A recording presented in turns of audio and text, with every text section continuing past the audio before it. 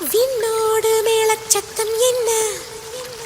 மண்ணோடு சின்ன தூரல் என்ன, எங்கேதான் சென்றாயோ இப்போது வந்தாயோ, சொல்லாமல் வந்தது போல் இல்லாமல் போவாயோ, தப்பாமல் மீண்டும் சந்திப்பாயோ, நீ வரும்போது